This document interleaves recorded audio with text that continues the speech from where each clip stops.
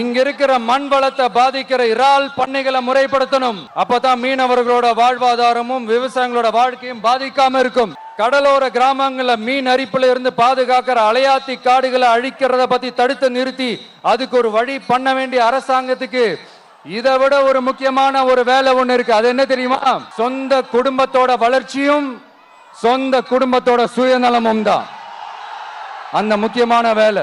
இங்க இருக்கிற மக்களுக்கு குடிக்க தண்ணி இல்லாம தவிக்கிறாங்க. அதுக்கு தீர்வா காவிரி தண்ணியை கொண்டு வரலாம். மக்களோட தாகத்தை தீர்க்க கொண்டு வந்தாங்களா? இவ்வளவு பாரம்பரிய கடல் சார்ந்த ஊர்ல ஒரு கவர்மெண்ட் மெரைன் காலேஜ் ஒன்னு கொண்டு வரலாம். கொண்டு வந்தாங்களா? மீன் சம்பந்தமான எந்த தொழிற்சாலையும் அமைக்கல. அமைச்சாங்களா? அட்லீஸ்ட் நிறைய பேருக்கு வேலை வாய்ப்பு கிடைக்கிற மாதிரி தொழில் வளர்த்தியாவது பெருக்கலாம். அதையாவது செஞ்சாங்களா?